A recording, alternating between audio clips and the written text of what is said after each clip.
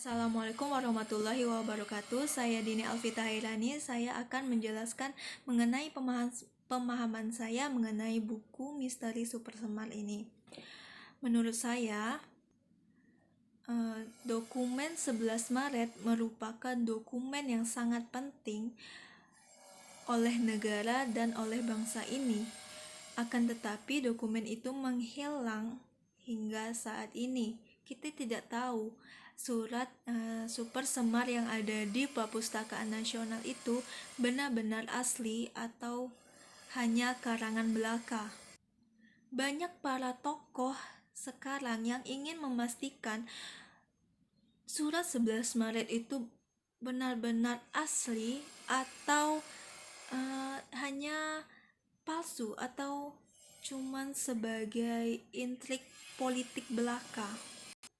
Menurut yang saya baca di bab 3, yaitu yang berjudul yang diketik 3 kali oleh Soekarno, merupakan suatu awal bagaimana surat Super Semar ini diketik. Karena pada saat itu kita tahu bahwa para mahasiswa turun ke jalan dan menuju ke Istana Negara untuk menghentikan sidang kabinet yang dipimpin oleh Soeharto pada masa itu.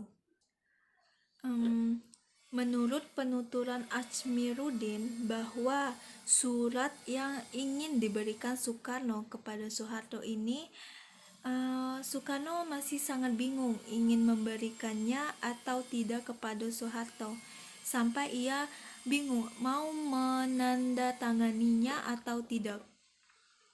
Tapi tetap saja Soekarno masih mendatangani surat tersebut dan memberikannya kepada 3 jenderal.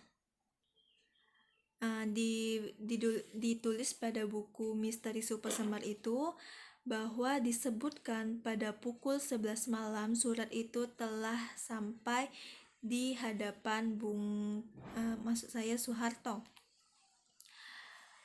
Menurut penuturan Kemal bahwa surat itu berisikan tentang bertindak mengamankan situasi dari mahasiswa. Akan tetapi setelah tugas mengamankan situasi itu, pemerintahan atau kekuasaan dikembalikan kembali kepada Soekarno selaku Presiden RI pada saat itu. Akan tetapi dalam perkembangan zaman atau waktu yang telah kita lewati, terjadi penggelapan fakta sejarah ya. Yang lebih parah itu, kita tahu bahwa Bung Soeharto tidak mengembalikan pemegang kekuasaan kepada Soekarno setelah mengamankan situasi pada kejadian 11 Maret tersebut. Buktinya, ia tidak pernah menolak panggilan menghadap Soekarno setelah pembubaran PKI pada 12 Maret 1966 saat itu. Menurut saya buku ini cukup lengkap mengenai sudut pandang orang yang memiliki keterkaitan tentang Soekarno. Maksud saya di sini adalah bahwa mereka benar-benar sepertinya tahu apa yang terjadi di kejadian 11 Maret tersebut. Akan tetapi sejarah atau pemerintahan politik, ada unsur politik menutupi kejadian yang asli. Di sini kita sedikit tahu mengenai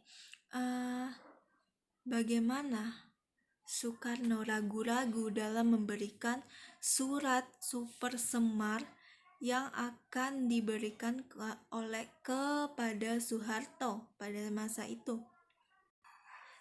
Menurut saya, Mungkin pada saat itu Soekarno sedikit percaya kepada Soeharto untuk memegang kekuasaan dan mengamankan situasi pada saat itu. Akan tetapi hal yang dipikirkan Soekarno tidak sesuai dengan ekspektasi dan realita yang diberikan oleh Bung Hatta ya. Menurut saya itulah pemahaman saya yang sedikit mengenai buku Misteri Super Semar ini. Kurang lebihnya saya mohon maaf tentang kegagukan saya dalam berbicara. Saya ucapkan wassalamualaikum warahmatullahi wabarakatuh.